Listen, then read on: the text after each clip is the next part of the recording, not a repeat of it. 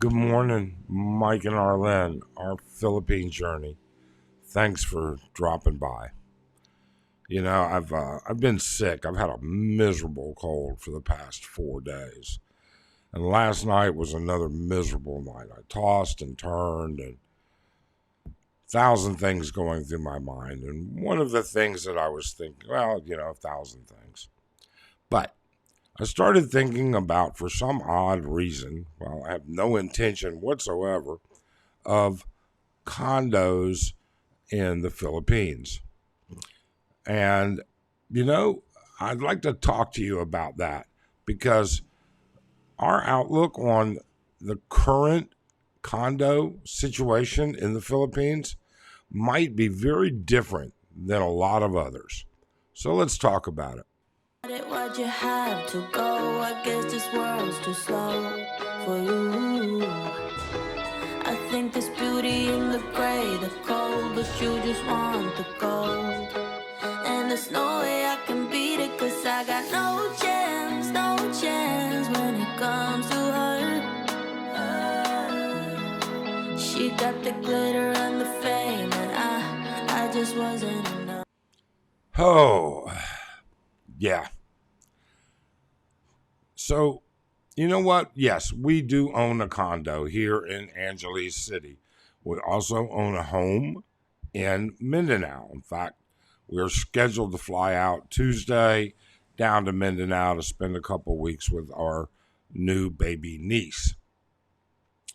But with that being said, I started looking at, this debate. There's always been a big debate about, do I buy? Do I rent? Should I do this? Should I do that? You know, while on the surface, it's one thing, and underneath it, it's another. And both of those conflict with each other based on you individually. But from a financial point of view, let's take a look at what happens. We think if we had to do it again now, currently, we think condo prices are literally out of control.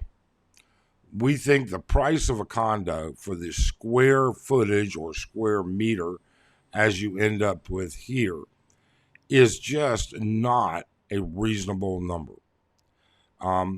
Now, there just isn't anything that lends itself to argue otherwise that is reasonable. There are a few hot spots in the Philippines where condos get snatched up very quickly. But there's a reason for that. All right. And if you go back and if you look at all of the things that matter, you may very well find yourself in a position where it doesn't matter. And what I mean by that is, let's say you're in your 60s and you come here and you buy a condo. How long are you going to live? Are you ever going to be able to break even on what you could have rented that identical condo for? We know what rentals go for. We know how full they are. We know here in Angeles, okay? Some of it makes no sense whatsoever financially. By the time you put in the homeowners association fee, by the time you put in assessments for different things, for instance, recently, some friends of ours in a different complex, they got assessed because the city changed its code on sprinkler systems. Not that they didn't have sprinklers, but on the actual alarm systems for the sprinkler systems. And so everybody had to pay up. Um, there's just all kinds of different things. But square footage is what I look at. When Arlen and I bought our condo here, we had to look very hard to find decent square footage for us. And even then, this is small. We're 120 square meters for 2 bedrooms. Okay. And while it's large in comparison to some, it's very small than from what I'm used to. I mean, our home in Phoenix, 5,400 square feet. So, that's a big adjustment. It really is. But maybe you come from Boston. Maybe you come from New York. Maybe you come from LA. Maybe you come from places with smaller square footage. So that adjustment isn't so bad. But then I looked at, and I'm literally doing the math in my head last night. It would take us, if we were to rent this condo, in order to break even on the amount of money, it would take us 13 years. Now, that's really in depth. That accounts for taxes, that accounts for repairs, that accounts for everything. All right, 13 years. It would also account for the money in the bank making 5%. If I had taken the initial purchase price, stuck it in the bank, and just sat there on 5% CDs, it would take 13 years for it to get me to a net zero sum. All right. I'm not going to be around for 13 years, but our Lynn will be. Thank God. I hope. That's for sure. Okay. So long term for her, for somebody that's looking for something long term, that works maybe. All right. It's a piss poor return. That's for sure. But it is. But then we look at other areas. Something that you may want to consider. The biggest group of tourists that are going to be in the rental pool in a decent type of condo, all right, a higher end condo, a nice condo, not a luxurious condo, but a nice condo, is Koreans. They're the largest tourist sector coming to the Philippines. And they also have the lowest birth rate in all of Southeast Asia. And they're followed by Japan. So at some point in the cycle, they're not going to be as prevalent because they're going to have their own issues in their own countries. To me, because Korea has some very weird mortgage issues, the way that they do certain types, they have 2 types of mortgaging of properties. They're really set themselves up for disaster on some of them. But that's just totally different. I'm not an expert on Korea.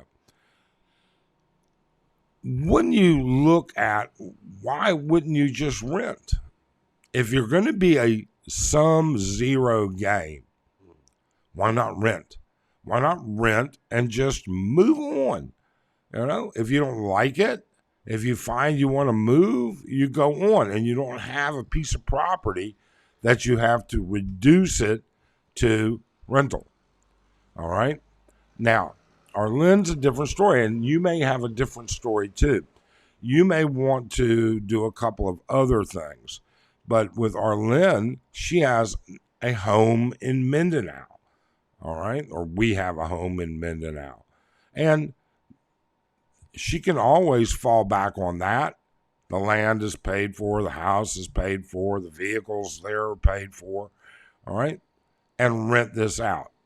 And it'll bring her some income, and it's part of the solution we put down there for a period of time. But take a look at who else is buying condos. You want to know who big purchasers of condos are? They're real estate investment trusts. That's who they are. And we know a couple of them, all right? We actually know a couple of these real estate investment trusts. That's how we got the deal on the condo that we bought during pandemic. This real estate trust needed cash and it was willing to sell at a loss. But those, there's no pandemic right now. And a real estate investment trust, they'll own 20, 30 units in one complex. And they spread the losses and gains across, return on their portfolio. That's where they're looking at.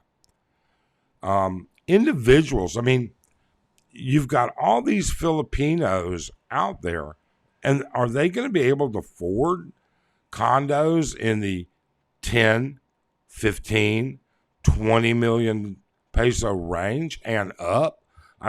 You've seen what you get in BGC and in Makati, all right? These condos, and they're small. They're very small. They are, the square footage is just ridiculous. It may not be in your best interest to purchase a condo. Now, there's some advantages, obviously. Many of you may not know this, but you can buy a condo. Let's say you're a single guy. You can buy a condo and you can leave it to one of your kids who's never been to the Philippines and never coming to the Philippines. The law allows you to do that. All right? It'll transfer into their name, fees, of course, and then put it into a rental program, and they manage it, and that child or whoever you want to leave that to in the U.S. has income, hopefully, if it rents. You leave it to your significant other, whether they're married, unmarried, partnered. You've got that too. But you've got to remember, they've got to maintain that. All right? If they don't have the money to maintain it, all right, they don't have the money or even the wherewithal to understand they've got annual taxes, they've got insurance, they've got all of these different things. What have you done but leave them a big headache that is going to see them have to bail out and sell cheap? They say that the key to real estate is location, location, location. I think the real the real part of real estate is buy cheap, sell high, take advantage of anybody's bad luck to get the right price. And that's ruthless, but that's business. Okay? I don't see enough of that. These real estate trusts, these are not individuals. Okay? There are groups of people that get together informally. It's not an individual purchase. Okay? Now, sure, there are some that are out there. We have a buddy of ours who got a smoking hot deal on a 1-bedroom unit here at Candy last year. But those deals are far and few between. In addition to that, you've got to take a look at parking, access, and then the track record of the people that are going to be running it if indeed you're going to end up having to turn out and rent it. If you're going to buy it for yourself to live in and you think you're going to get to the number of years it takes to a sum zero game and you're happy with sum zero, that's it, great. Then it might be the best thing you could do. If you're going to buy it because you're going to be leaving it, all right, or it's going to be a part of your future plans for your significant partner, great. That works well. But if you're a single guy, if you've got nothing to do with it, if you're not for sure going to be in that one spot, and we don't know what the world has in store for us next year, much less 5 years down the road or 10 years down the road. We don't know that. Neither do you. Real estate might be very, very tricky when it comes to that. The price of titled land, the price of condos has just gone exponentially. I think we're on the edge of a bubble. I think we're going to see some problems in the next 12 to 24 months when it comes. If I were thinking, I might think to myself, I think I'm going to rent for the next year or two. I'm going to wait and see what happens.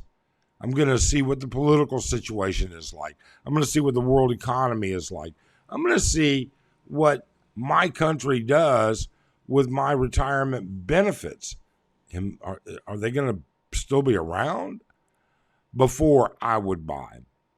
Just some thoughts. I don't know. You tell me. You look below at the comments and then give us a comment. Tell us, what do you think? Are you buying because of family? Are you buying as an individual? What are you doing in either one of those ways? Do you feel rental is better than tying yourself in? And that time, I mean, the amount of money that you're paying for condos, some of these condos are more expensive than what you're going to be buying in the U.S. Makes no sense to me. That's for sure. But tell us. Thanks. Have a great day. Be good.